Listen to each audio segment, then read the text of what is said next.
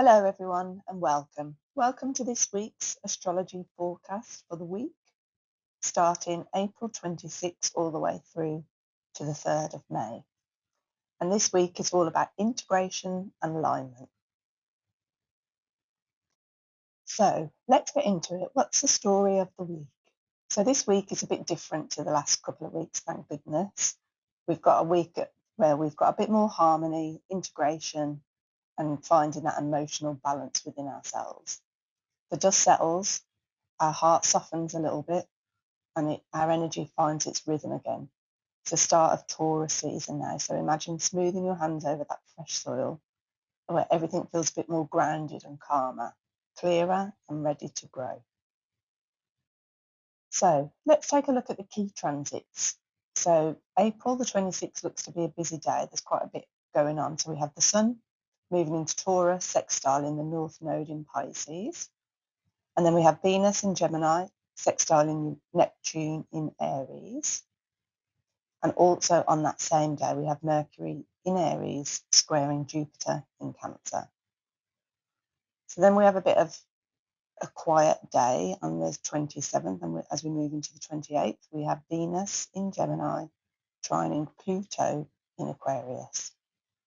And then Venus in Gemini squaring the North Node in Pisces. And then that brings us on to the full moon in Scorpio on the 1st of May. And the moon starts off the week in Virgo, moves into Libra and finishes off in Scorpio. So let's take a look at that first transit, the Sun in Taurus sextiling the North Node in Pisces on April the 26th. So this is going to be a busy day. The Sun is happy going into Taurus in the Earth sign of Taurus, and it makes a supportive aspect to the North Node in Pisces. And this is all about that practical side of getting in touch with our emotions, our intuition, and feeling this in the body, especially around our purpose. We might find something igniting that, kickstarting that idea of what we're here to do, what we want to do, what's important to us. And then getting out and about in nature and feeling one with everything. It's a really good time to get out into the garden, go for a walk, do something that connects us emotionally to the earth, some kind of grounding activity. And it's a lovely supportive energy that puts a spring in our step. So then also on the same day, we have Mercury in Aries squaring Jupiter in Cancer. So this is all about direct conversations at home or in the home with others. It can be communications around living arrangements or changes at home, maybe talking about moves or sharing what's on your mind. And then the last aspect of the day is Venus in Gemini sextiling Neptune in Aries. So love and relationships can also feel light-hearted and empathetic and compassionate. Socially, we want to be out and about and having lots of conversations, doing things that light us up. We can get carried away with our thoughts or our daydreams with that Neptune making that aspect, and we may want to check in on reality. So Venus in Gemini trining Pluto in Aquarius on April the 28th. So this is a really good time to get together socially in a group, do the things that we love, that light us up, that we feel passionate about. This is also supported by all that Aries energy that's going on at the moment. Working in the community on a passion project or to do something that we feel is meaningful. And then on April the 29th, we get to Venus in Gemini squaring the North Node in Pisces. So we've got lots of information that may be coming at us under this transit, and it may be difficult to make decisions or to cut through everything.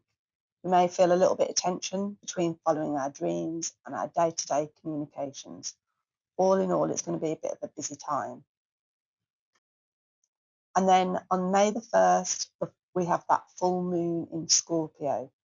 So this is going to be a little bit intense. Things may come to light under this full moon that were previously out of sight or hidden. And it can be a time to let whatever wants to come up heal and transform it by bringing it out into the light and integrating it. A time of intense and deep emotions. It doesn't always feel comfortable, but once we get through the other side, it's always worth it. So weekly themes, it's all about integration, harmony, finding that emotional balance, steady progress, creative expression. And this week helps us to align the inner world with our outer actions. How best to work with the energy this week.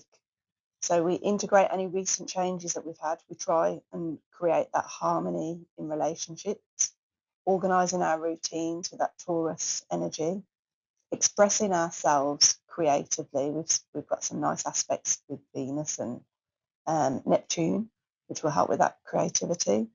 Moving at a steady, grounded pace, not trying to go too fast. And then this is the week to align the energy with our intentions. So weekly affirmations might be, I move in harmony with my life. I welcome balance and clarity. I honour my body's natural rhythm. I integrate everything that I've learned. So, in summary, it's a week all about expressing, refining, and harmonising. This week brings that emotional balance that probably a few of us have been looking for recently, and that grounded alignment. But we do finish off the week with that intense Scorpio moon, which is going to bring up some stuff, but we just need to keep in front of mind that it's better out than in. We'll bring it all up into the light. We can look at it, we can let it go, we can integrate it, and we can move on. So with all that being said, I wish you all a great week, and I hope to see you all here again next week. Much love, Maria.